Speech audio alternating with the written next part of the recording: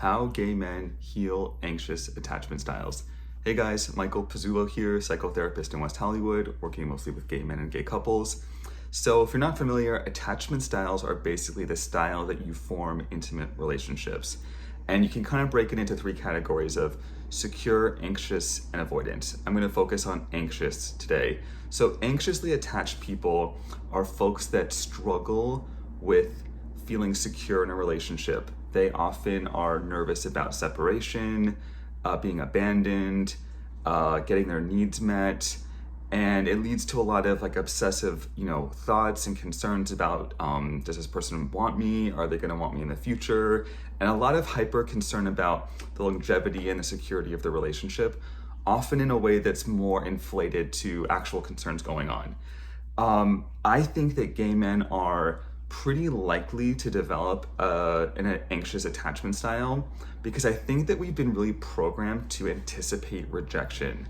So there often can be this feeling like the other shoe's about to drop in a close relationship because of the way that we were made to feel less than or marginalized growing up. And attachment styles come from our caregivers, come from our parents. We learn a certain way that we are accepted and loved and cared for by them. And then we unconsciously bring that to our future relationships.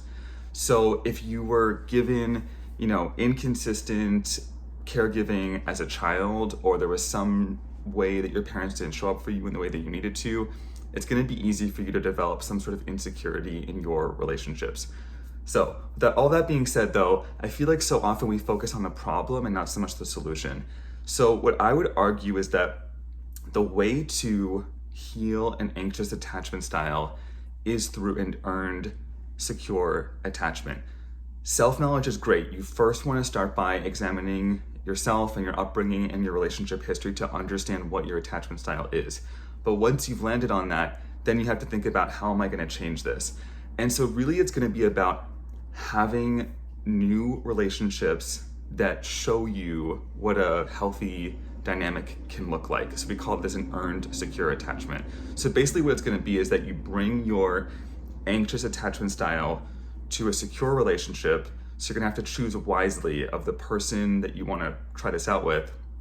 And then you learn through experience rather than just through intellect that you can get your needs met. And this will help you learn to create new neural pathways and understanding about getting your needs met in a relationship. So I want to give you 5 ways that you can do this, because I think often we talk about find a healthy partner, get it in earned secure attachment, and people kind of go, well, how do I do that?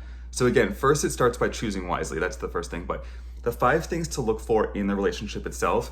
So what you want to do is find the courage to use your voice and to be seen. So often anxiously attached people are so concerned about rejection that they are hiding or they're tempering parts of themselves. And the problem with that is that even if you do find, connection and security in the relationship, not all of you is actually visible. So you're not really getting the attachment that you're looking for.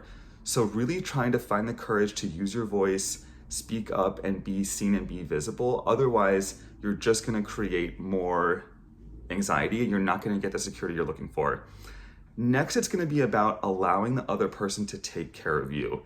So leaning into being vulnerable and allowing the other person to meet your relational needs. I think this is something that people who are avoidant tend to struggle with more than anxiously attached people. But still, take it under consideration that part of relationships are about meeting their needs and then allowing them to meet yours. So really think about, am I allowing myself to be vulnerable and be taken care of by this person? Next, and this is very important for anxious people, it's going to be about identifying and defending your boundaries. I talk about this a lot, but boundaries are not one-time suggestions. They are parts of us that we have to defend relentlessly. So making it clear to the other person of, this is how far I can go, this is what's okay with me, this is what's not okay with me. Again, if you want to feel security in a relationship, you're going to need to be able to present yourself clearly so that they know how to connect with you, what you like, what you don't like. And it's your job to make that clear to them. Obviously, if there's someone who doesn't respect your boundaries, they're not the right person for you. But generally speaking, I think that anxious people struggle to even voice their boundaries to begin with, and then they often don't defend them appropriately. The fourth thing would be embracing healthy conflict. So anxious folks are notorious for feeling like conflict is catastrophic and it's gonna lead to the end of everything. You don't wanna think that way. Conflict is a healthy part of a relationship. It doesn't mean that we're like yelling at each other or name calling or being nasty or anything like that. That is all unacceptable and unproductive. But there is always gonna be some sense of, hey, this didn't go right for me or that didn't go right for you, and let's talk about it. It can be a way of bringing you closer rather than pulling you apart. But I think anxious people are so concerned about maintaining the relationship that they just forego any interest in navigating conflict, which ultimately just leads to some disconnection. So you're sort of winning the battle but losing the war. So you want to think about embracing conflict in a healthy way as a means of connecting you with this person. And then lastly, and this is probably the most important thing, although I feel like I keep saying that, but probably the most important thing for an anxious person is tolerating separation. So relationships are about the connectedness and the separateness and sort of like the ebb and flow of that, right? You don't want to be on top of each other 24 hours a day.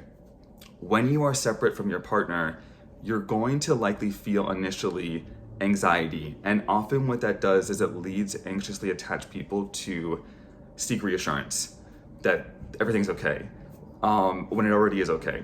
And then they often kind of ruminate and spiral from there. So what you want to learn to do is tolerate the separation and take care of yourself and self-soothe rather than acting on the impulse of, I feel uncertain, I need to make sure everything's certain, and not allowing the separation.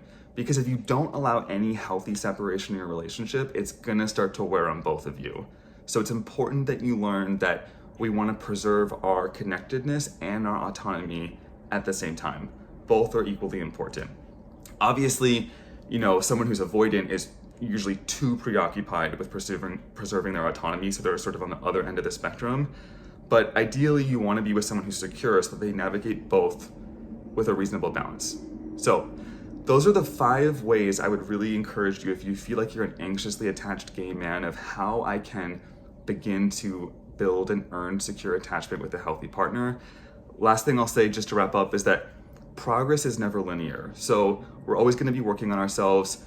There's gonna be some step forward and step back, and that's okay.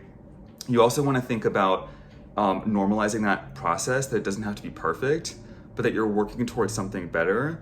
And when you do struggle, that you find ways to reassess by working with a therapist or talking with your friends, and that you're also gentle and compassionate with yourself, because it's hard to find new ways to relate to people. These things are really ingrained in us. Our attachment styles are really ingrained in us, so it's not easy. So I hope that was useful. If you like content like this, please subscribe to my channel. Please leave a comment below. Let me know what you think. If you've struggled with anxious attachment and if you've been able to find and earn secure attachment, I would love to hear your perspective. And if you want to talk to me about working together with, for therapy or for coaching, I'll leave my link below and you can book a free consult with me. So thank you so much for watching, and I look forward to hearing from you all. Thanks, guys.